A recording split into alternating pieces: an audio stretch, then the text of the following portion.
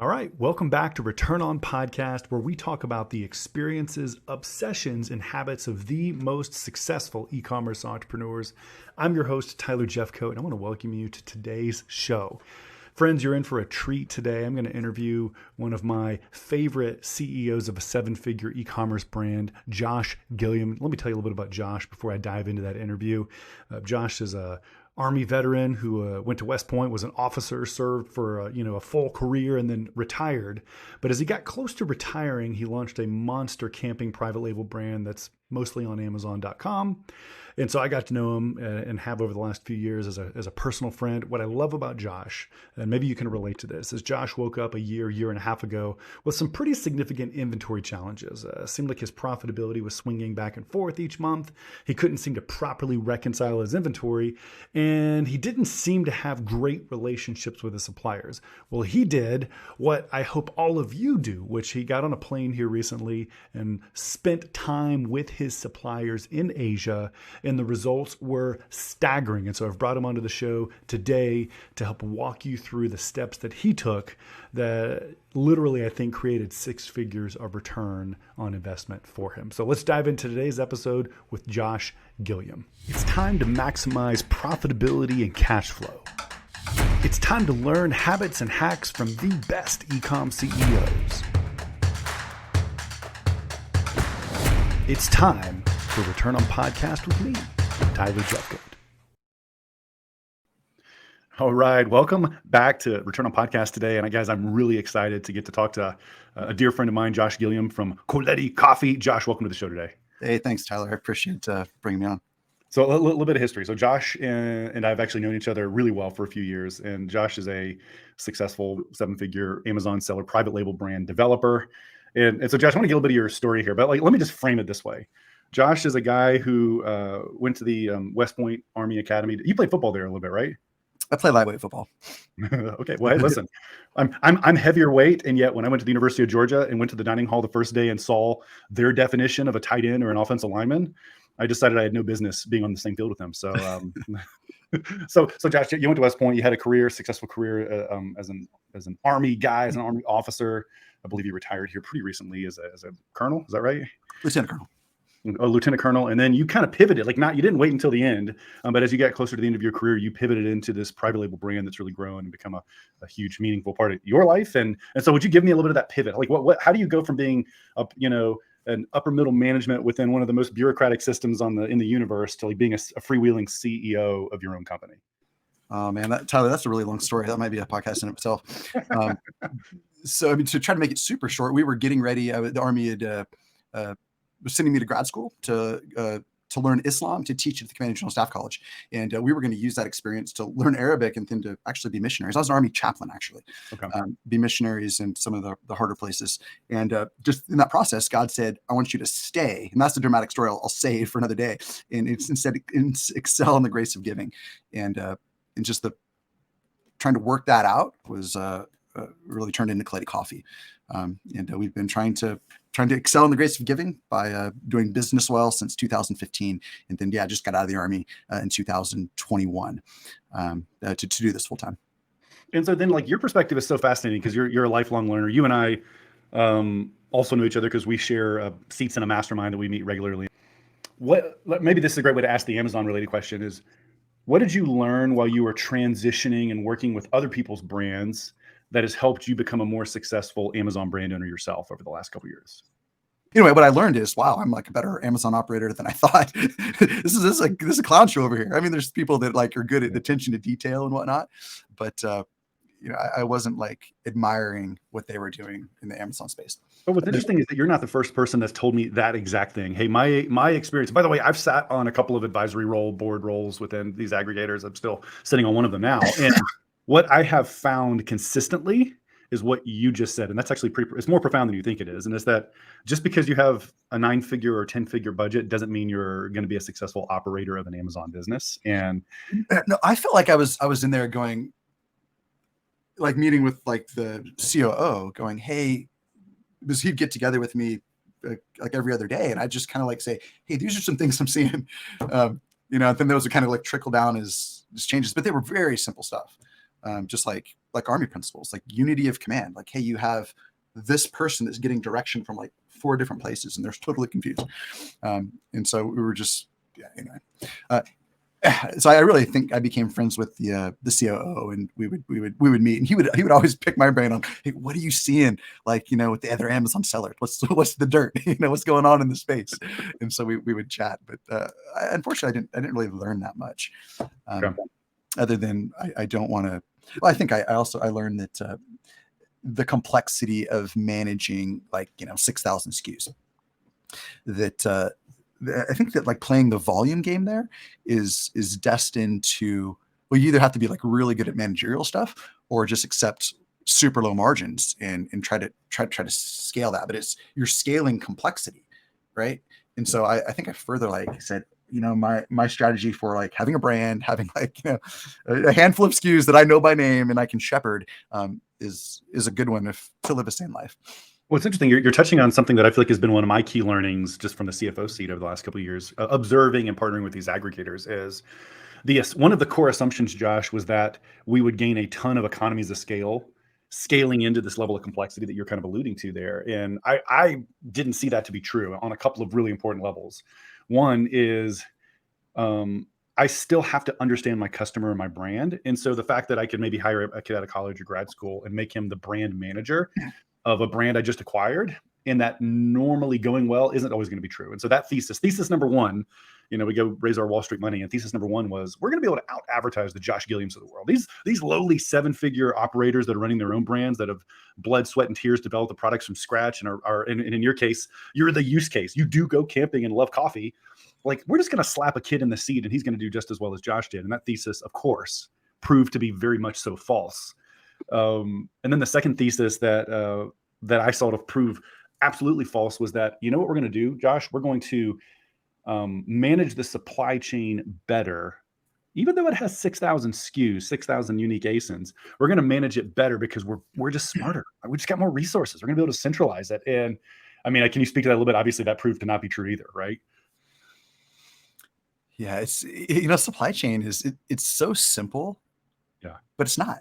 Right. Everybody thinks it's so simple, and so I'm sorry to use an Army analogy, but we use this economy of force idea where you allocate minimum essential effort to non-essential things, and like everybody kind of does that, or we're doing that in the aggregate. When it came to inventory, that was an afterthought, and we were out of stock a lot, or it was the huge backlash of then being, having way too much inventory, which I can speak to that on my own brand, right? And so it's not a unique problem to aggregators, but I think that inventory tends to be so boring, and so it doesn't take like a superior intellect, or we would think, in order to figure out how to manage that we end up going, I'll get to that later, or I'm going to put my really smart guy in marketing, yeah. One of the things we're actually learning, that we're learning as a brand. I was on with you, Tyler. Actually, Tyler is I get his advice on CFO stuff every now and again. And that's some other people kind of on a Coletti council or a board, advisory board. And I was saying, like, I'm taking over inventory because the guy that we were doing wasn't working out. And somebody pointed out to me that, well, Josh, it's not working out for you to do it either. Like, you're out of stock on your hero ASIN. And as we reflected on this, I think the lesson learned was inventories, because it doesn't take a superior intellect to do inventory, but it takes superior attention. And as a CEO, we have a really hard time like allocating our attention to something as mundane as inventory. Right. And so it chronically fails. I don't know how many times, Tyler, I've said, I'm talking about inventory. I'm not sure if this is the direction you want to go. I don't know how many times we've said, we are never, ever running out of inventory again. I mean, I've had 3 West Point graduates, like, friends of mine that are smart people, right? Like 1,500 SATs. One of them with a PhD, by the way, like trying to manage inventory, and we still run out of stock. And I think the thing is, it's just boring. People don't want to spend 40 hours a week thinking about it. They want to spend 2 hours a month thinking about it, but it just doesn't work that way. So that was one of the things we're learning. And the aggregator was no different. They were taking all their smart people and they were sticking them on, like, how do we get outside traffic? And really was late to the game of, we have to really think about inventory. And I can tell some more stories about trying to get into EU and whatnot and all the inventory debacles there. But it is interesting, Josh, because like the business that you and I are in here is actually pretty simple. Like, I mean, it is simple, and yet it is, like you said, so detailed. Like, there are three legs of the stool. There's a how do I source my product leg, which is what you're talking about there. There's a how do I sell my product leg, which both of those, by the way, are way more detail oriented than you and I, as big picture visionaries, want it to be. Like, and there isn't like a software tool to make it an easy button. Even on the marketing side, like we can use all sorts of tools to try to automate campaigns, and yet still at the end of the day, somebody needs to know the brand enough to kind of be keeping an eye on it, or it tends to fail. And yet of the two, and by the way, the third leg is capital. So if you take your if you take your aggregator, they say we're going to be able to hire smarter people for the marketing leg and the sourcing leg, and we're just going to have unlimited capital and we're going to win. And what we found is that the level of detail orientation required to be so by the way, if you're listening to this, take heart. Josh is talking about West Point grads with PhDs, and and then I'm just affirming that these aggregator outfits are worse. They're not just as bad. They don't feel as bad about this as you do. They're way worse than you are as an individual operator at managing your brand. And unfortunately, there are no shortcuts. Like the solution, the antidote is just to be very detail oriented. Like, speak a little bit more about that in terms of how. I mean, do you mind like share a little bit about how your inventory journey over the last couple of years has been, just as a brand owner for Coletti, for your coffee brand? I think our journey is similar to most people, just reacting to the environment of what happened. You get a ship stuck in the canal, and the next thing you know, containers are $22,000 to send in, and everything skyrockets, and people, the stock outages, or not stock outages, but labor outages in the ports, and so we run out of stock, and then we over order, and then we run out of cash. And so that was kind of our journey. I think it's similar to a lot of people. And so, we recently said, hey, we need to get to China, man. I've never been to China, even though I've been selling since 2015, and our whole supply chain's there, to try to negotiate some better terms with suppliers, just shake some hands and kiss some babies, honestly. Yep. But since I was in the Army and had top secret clearance, the Chinese didn't want me to come and the US didn't want me to go, and so I just stayed away. And then COVID happened, and so this last spring was the first chance I got to head over there. The big problems I was trying to solve were, well, one, can I negotiate better terms with my suppliers so I can take money out of inventory? I was carrying, like a lot of people, because of kind of what happened, and we don't want to run out of inventory. I was carrying like a year's worth of inventory, and that's about $500,000 worth of stuff that's just sitting on the shelves that that I was then having to borrow money in order to grow new ASINs, and that just wasn't a good deal. So anyway, I went to China to try to sit down with suppliers and say, like, hey, what do I need to give you in return for 60-day terms? Because if I can get 60 days, then I can start to take a lot of, well, at least what is 60? What's 6 divided by 500,000. What is that? It's like $60,000 worth of inventory, at least, right there. And so that was one of the main things I was trying to do in China. To your question of what have I learned of in my inventory journey is try to take inventory out of the system. Then I can go on in other lessons, but I stop there. Maybe let's take the discussion that direction. So your inventory, like everybody, anyone who's listening to this, and honestly, I've said this before, but within the seller accountant universe, which is still pretty small, we saw our clients have an average of 92 days of extra inventory on their balance sheet. So you're talking about in your business, 60 days might be 60K. That ballooning of capital stuck in the supply chain was a ubiquitous problem, and it was exactly what you described. It was a reaction to what we thought was strong demand because of the pandemic, slowdowns in the supply chain, cheap cash. It was easy to come by. We bought inventory, and we were like, oh gosh, now we have way too much. And so your problem is one that everyone is feeling. And what I love is that you took, which some people might think this is an extreme proactive step of actually, again, kissing babies, drinking sake, going and shaking hands, being there, like personally in China. Can you just unpack for us a little bit more about what you learned, what that experience was like, and what some of your big takeaways were from your China trip? So if you haven't been to China, you got to go. It's I'd kick myself that I hadn't figured out a way to go before. So a couple stories. I remember a supplier that I had done business with for like 5 years, kind of walking into his factory for the first time. Well, one, it was good to just, okay, he does own a factory. Sometimes you just don't know, even though I'd been doing business with him for a long time. But for him to point out one of the things is like, hey, just to remind you, that's, those pallets over there, those are your glass tops. And I was like, my glass tops? What do you mean glass tops? Well, the previous guy that that did our ordering just ordered 100,000 glass tops with cell percolators. Just kind of forgot about it. And so he wasn't reminding me about it either. I don't know what the deal was there, but until I got on the ground and started asking questions. And so anyway, that I recovered 20,000 just right there walking in the factory. So literally, you found $20,000 of your money sitting in the corner of your factory's warehouse. I got on my inventory adjustment the next month. I got to add that, which was a unique experience. Usually I'm taking away on inventory adjustments. Yeah. Another time I did business with a guy that I met at the Chicago Houseware Show, and we did a French press, and we had a falling out. I don't need to tell that story, but he refused to give me the mold back. This was like 3 years back, and I'd sunk probably 20 grand into the mold. I was going through, another supplier that I used, kind of his showroom. They all kind of have these are the things we produce, or the things we can produce or get a hold of.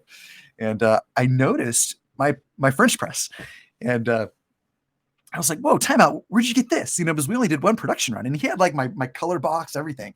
He's like, oh, my brother, or my wife's brother, like, owns this factory. And it turns out, like, I was working with the trading company that I met at the Chicago Houseware Show. And so he calls him right there as we're sitting at his table. He says, oh yeah, he still got like 300 of them from the production run. You want them, but better yet, he's happy to, he still has the mold, and he's happy to do business with you, or to give it back.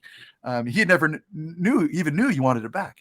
Anyway, wow. It was stuff like, Tyler, we had already paid like a month before another company $13,000 to produce a new set of molds.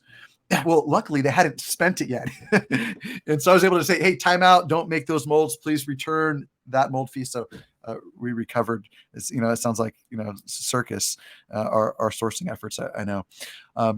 But the long story short here, because first of all, it sounds like this trip to China was a major ROI event for Coletti Coffee, right? Yeah, I mean, just another two other just anecdotes. Uh-huh. I'd been talking to a company about doing powder coating, and it just wasn't working. Just the lost in translation, and the samples that I was getting, I'm like, I just don't think this is powder coating. And so we went to the factory, and sure enough, they're painting there, but something like that was just lost. And I had to show up to actually go into the factory to say this is not a powder coating factory. Another thing that I thought was you just can't do over email is we were negotiating supplier agreements with a number of sellers. When I say that, it's really what in order to get 60-day terms, what do you need in return? And I had one negotiation that lasted 3 days. And I sat in his office and drank, cups of tea, for over 4 hours. But we finally came to an agreement that was head and shoulders better than I would have achieved trying to do it over email or over Zoom. It took actually being there, just kind of like giving him the final offer and just kind of, okay, until finally he gave in. You just can't do that over email. No. That was a tremendous ROI in terms of the terms that we were able to achieve, and in terms of the margins we were able to get in lowering unit cost. I kind of thought there was going to be more non-essential middlemen in the supply chain, which there wasn't. We were actually working with factories, but we're still doing it pretty inefficiently. The other thing we did, Tyler, is we set up and this has been in the process, but a trading company, because doing business in US dollars, there's friction there. And there's also just increased risk. So one of the things that the suppliers wanted to see is they wanted to see us having a Chinese legal entity, because the risk for them is if they give us, 90 days terms or 60-day terms, our business in that time goes bankrupt, or I don't think they were worried about us cheating them, because we'd done business for a long time. But they were, for whatever would happen during that time, they wouldn't get their money. But if we're a Chinese legal entity doing business with them, they can just take us to Chinese court. And so that gave suppliers a certain level of confidence that they can extend terms, and there's recourse if things go wrong. Also with us, I don't know if, I'm sure that supplier or sellers that are listening out there have received a container that was faulty. I don't know how it happened to us. I had to get carpal tunnel surgery because we had 10,000 percolators that all had the bottoms convex instead of concave. I get those mixed up, one of the, and we spent like, a week just hammering them back in to sell them at Amazon. and we switch suppliers. But if the deal is between a Chinese legal entity and a Chinese factory, then you could just take them to court. If it's $100,000 kind of deal. And so not only does it protect the sellers, but it protects you. And so setting up, like, getting a little bit practical there, like my uneducated, I'm assuming that other brand owners out there would feel a little anxious that setting up a trading company would be a pretty like big pain and would be a lot of expense. Like, was it a smaller lift than you anticipated, or was it just worth the level of headache needed to start that trading company? So, I partnered with a procurement guy, super smart dude. Had to do a lot of interviews to find the right guy to partner with there. He's not truly a partner, he's more of an employee. But yeah, you have to have somebody on the other side that you trust. Also a huge headache on this side, worth it, but a headache. You have to go to, the Secretary of State and get an apostille. I don't even know if I'm pronouncing that right, but essentially it's a notarization of the Secretary of State's signature. So that can go over to China. Well, first it needs to go to the Chinese consulate, get verified there, and then on to China. So it's a process. And then if you're reading in the news, there's more scrutiny on, U.S. based Chinese companies, or what they're called wholly foreign owned entities. Mm-hmm. Yeah, I mean, this is, I think, with business, if it's too hard for a lot of people to do, then there's probably opportunity there. Yeah. The other thing you get if you set up a Chinese entity is you get to claim the 12% VAT. And so, basically, if the purchase price at the factory, if you're doing it as a Chinese entity, you can then have the person that's working for you in China just claim the VAT tax, which is 12% of that transaction. And you get that a couple months later, but it essentially, pays his salary. Yeah. I think you mentioned a couple of really important things there. Like just to summarize that discussion, and then you may have some final nuggets here. Yeah. One is, guys, if you're a 7-figure seller and you're not investing a few $1,000s a year to go to China and do the things that are impossible to do via email, like build trust, really get face-to-face, make sure you know your partners. And then I heard a couple of other practical nuggets from you there, Josh. One of them is, like, if you're there in person, the ability to develop real trust and relationships with somebody who might be your boots on the ground, so to speak, in China, right? I just think that's, yeah. We talk about this on Return on podcast, Josh, we talk about this a lot, where it's like, please, for the love of everything, like, spend a few hours a month nurturing your supply chain. No, like, it's really true. The guy that, I spent a long time to identify and interview actually has a PhD in mechanical engineering from University of Minnesota. Wow. A great guy, but we spent, 12 days together, and it was, we were like teary-eyed, kind of hugging at the airport. Really, he's a dear friend, and I look forward to him coming and visiting out here. But yeah, that kind of relationship is just hard to develop over Zoom. But another point I would make, there's a lot of factories, Tyler, that just won't do business in US dollar and won't do business in English. But they're the actual factory that makes the thing. And so in order to do business with them, you either have to use a trading company, or you have to get on a plane and drive to the factory, with an interpreter and do business that way. And so there was one company that we had, they wouldn't do business with us. We had to use their trading company. The trading company was a huge headache. We did one product, it went gangbusters. We're like, okay, I'm getting on a plane just to figure this product out, right? Because we were trying to do some design changes to it. But if you're trying to do a design change and you have to work through a trading company, it's like, okay, you email the trading company, the trading company then emails the factory, and not only it's hard to play telephone in English, but trying to play telephone over email, multiple languages, it's just impossible. So had to actually drive to the factory with somebody that spoke English and Chinese and knew a little bit about mechanical engineering, with samples, to do some grunting and pointing and until we got that straightened out, and to convince them to do business with us. If you're not willing to do that, then you just kind of have to continue to work with the trading companies, and that isn't a bad thing. They add a value added service of connecting you to these factories that you can't connect to. Right. But if you'd like to cut those guys out, you kind of have to get on a plane. So we're still on supply chains. One more question here, because I'm just really fascinated with this journey. So you go to China, you make all this headway, unbelievable ROI. Wish, obviously security clearances are one thing, but just wish you'd been able to do it a couple of years earlier. And I think the other thing that I feel like you stumbled onto, I just want to hear you talk about a little bit, is this idea of ship drip. This idea of trying to find ways to lower MOQs. Yeah, thank you. Yeah, speak to that a little bit, Josh. Because I think the audience is going to be pretty what you got going on. Yeah, so one of the things we realized is, instead of paying the $30 a pallet in outside of the Port of LA, and $60 in labor. I was getting a check from my 3PL, for, over 2,000 a month. And so one of the other objectives was like, hey, we can figure this out in China. My factories are allowing me to store for free. So I know that there's plenty of space, right? And so we want to identify either a central factory that we can kind of do all our kitting at, or just a warehouse, in a warehouse partners and relationships, in order to move our 3PL from the US, from LA to China. And this makes sense for a number of reasons. One, you reduce the cost of real estate in California. Number two is you cut about 2 weeks at least out of inventory that you need to carry on your books, because in order to ship it to the port of LA, then to your 3PL and process it there, and then from your 3PL out to Amazon, you have to add 2 weeks additional for all that coordination. And you have to add actually another employee for that in coordination, what we found. And so the thesis was, hey, we can figure this out in China. It's practically free to store things there. We can, and then we can recover that time of things traveling to our 3PL in California. And so, yeah, we set all that up, for ourselves, in order to be able to drip, instead of dripping in from California, we want to drip in from China. It's the same thing AGL's doing, Amazon Global Logistics.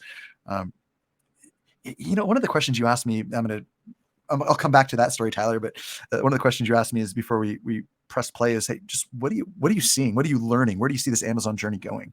And we see over and over again of Amazon making things cheap to get people to pile into it, and then slowly increasing the fees in order to get the margin for the investors and whatnot. And this Amazon journey has been fun, but we're seeing our margins erode, and I can talk about that at the end if you want to. But where my point is although AGL's cheap now, allowing you to kind of drip in from China, incredibly frustrating to use. It was taking like 60 days for us. I think it's gotten a little better. I'm trying it out again just to see how the experience is. But I'm certain that if I commit to AGL 100%, that those fees are just going to go up once they reach their adoption goal. And so we're committed to starting really our warehousing and ship drip system from China, outside of the Amazon ecosystem. I don't want to teach them our suppliers either. And yeah, that's what we're doing right now. I've negotiated with our factories umbrella agreements. So we're basically making, hey, we're going to essentially guarantee you this much volume over the course of 6 months, but I'm going to send you an order once a month. And so what this does is it allows them to purchase those things that they need to purchase in bulk, but then have a production schedule that, according to my forecast, where I give them the order each month, they send, whatever, the 1,000 units from the 5 different factories. We consolidate it into one container in our warehouse, and then drip it in each month to straight into FBA. We also can do it into Canada and into AU. So what we were doing before, Tyler, is we were doing this in LA, and then I was paying customs, twice. Once into LA, and then again over the border into Canada, and that was just dumb. So from the Amazon warehouse in China, the ship drip warehouse in China, we can drip into AU, Australia, Canada. We haven't done EU yet, but we're not doing EU with my products, and then of course into .com. A couple of nuggets there I just want to make sure people catch is I do think that this is something that's been a recurring theme for our clients here at Seller Accountant, is if you can give your factory a little bit more assurance, like you mentioned, hey, we're going to commit to buying whatever 20,000 units over the course of the year, you will find them to be more a little bit easier to negotiate with, to say, hey, it allows them to pace out their production schedule. You're going to make a monthly order. And Josh, to your point, you might even be able to pay for it, on the back end. And so you've solved the problem. Just remember that you can solve a problem for your factory, because they want to keep their workers busy all year long. And so helping them pace it out may give you some cash benefits. Yeah. One of the most helpful things for me was to sit down with my suppliers and just ask them, hey, what is your choke point? What do you need to order in bulk? And then kind of identifying that, then we know how to negotiate. And what to give them in exchange for what we want, which was monthly orders and net 60 terms. And so those factories, each month sending into our warehouse, right there in Shenzhen, and then us sending it in. Part of if I can plug Tyler's group real quick, one of the best decisions I made over the last 2 years was getting into a very small network of sellers that they were on the same journey as me, and I can ask questions to. And Tyler, you just do a great job of facilitating that, man. It's I remember when I first signed up, I was like, man, this is too expensive. I can't believe I'm doing this, but every penny of it's worth it. So thanks for doing that. But anyway, those guys are now just dear friends, and I can help them out in solving this for them with the ship drip thing. And I think we have some capacity initially, to take on like 10 sellers as we kind of verify our concept and whatnot. But things that you mentioned there, Josh. One is Josh and I are in a group called the Sellers Roundtable. If you're a 7 or 8 figure e-commerce seller and want like a board of advisors, 12 to 15, reach out to me. I can help you with that. And then Josh, I think just want to make sure people get this. We're going to make sure we post Josh's email for this new ship drip. It's josh@shipdrip.io, but we'll make sure we post in the notes. And I know, Josh, you don't have a ton of seats. So it sounds like it's 10, but if you're a seller that's looking to explore, I know Amazon is going to jack up AGL. I know they're going to jack it up, and I want to make sure I've got a little bit more sophistication in my supply chain. Let me partner with a guy like Josh and these other sellers that are in the mastermind and find some economies of scale. Like, I'm assuming, Josh, they might be able to join kind of a beta waiting list if they reach out to you. Is that right? Yeah. We're not like, going public yet, but yeah, if you're interested, just josh@shipdrip.io, email me. Right now it's just me and, 3 other guys from this group trying to figure it out. One thing that we're doing right now is, you guys know that Amazon is forcing us to ship. It used to be you could ship directly, into LAS1 or whatever in California, but now they're making me send to like Wisconsin and Florida and Pennsylvania and 3 different shipments, and what they're doing is they're forcing us to use AGL. And so we're like, all right, we'll play your game, and so we can still kit it together and have AGL pick it up at the warehouse. But it's just having the infrastructure there, so when that changes, we can go back to using our forwarder. And yeah, we're just gonna have to see how that evolves. So right now, the thesis of just sending it all into one place so that I can consolidate it. Because one thing I'm finding is if you take one item and you want to send it in, it's super expensive for straight from the factory, because Amazon makes you send it to these super remote warehouses that that's hard to get appointments for. So even being able to take multiple ASINs and put them into one shipment is there's benefits there. Tyler, I know I've talked way too much, so I'll shut up now. Well, I really think what's happening here, Josh, is that there are just so many things you and I, because I love talking. I was on your podcast last year. I love talking to you about this stuff because you're such a knowledgeable guy and you have so much real experience. We probably just need to do this again at some point. But I think just to land the ship on this particular episode, guys, invest in your supply chain. That's going to mean buying a ticket, getting your passport, polish it up, kissing babies, drinking sake, shaking hands, doing the actual work to be profitable in your business. If you're interested in learning more about Ship Drip, email Josh. We'll have his email address in the show notes. Josh, here's how we close every episode of ROP is, and when I mentioned this to you before we hit record here, you laughed at me because I guess I asked this question a lot in our mastermind, but what is the habit, hack, practice, routine that has given you an unusual return on investment in your life? Yeah. So each day, I try to get up, work out, get into the office where I'm fresh. The first thing I do would be to open up this journal right here, and I write down like kind of a brainstorm, like 3 to 7 things that, like, if I could do like one thing today, what would it be to move the business forward? And I do that brainstorm, having kind of glanced at my calendar real quick and glanced at my quarterly goals real quick. And then I just actually, this is maybe too much information, but I like kneel down right there and I pray and I say, God, you've said in your word that if anyone lacks wisdom, to ask you as you give generously to all without finding fault. And I need some wisdom on this. Of course, use different language than that, but really just seek God's guidance in helping me, because I'm not smart enough to choose the right priority, to order 1, 2, and 3 for the day, and then to knock those out. So I think that's the thing that's helped me more than anything else. Well, and sorry, I interrupt you there, but like the thing that's even more powerful about that is that you kind of define, like, as an entrepreneur, it can be hard to know what it looks like to win today. And so your idea of looking at my goals, obviously asking the Lord for guidance and then saying, hey, what are the fewest number of battles that if I get to check these boxes off, I get the like dopamine hit of having been successful, and I can say that I've done my part to win today. I think stringing together, I have a really good friend that always talks about week 1, day 1. That's every day's mantra for him is, all right, it's week 1, day 1. I've got, what can I do to win today? What can I do to win today? And I actually, knowing you, Josh, I could imagine that being a really powerful tool in your life. It's also a reminder, Tyler, that my main partner, and this is, I don't ding me on theology, but it's God. He's the one that's given me this commission to do this. And so it's also a reminder to myself that I can't do it by myself. If I'm not smart enough, I'm not talented enough, I am not organized enough, wise enough, don't have the insight to make the right decisions, and but also just the confidence that this is a journey He's put me on, and He's not going to hang me out to dry. That He fulfills His promises. Those reminders are helpful in giving me the confidence and the motivation to go after it another day. So. Yeah, well said, man. Well said. Well, with that, guys, we're gonna close this particular episode of Return on Podcast. Again, we'll make sure Josh's contact is available if you want to check him out.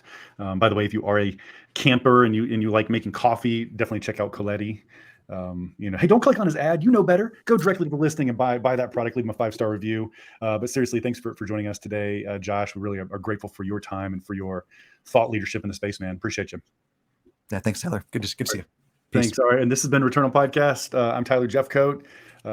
See you guys next week. Take care.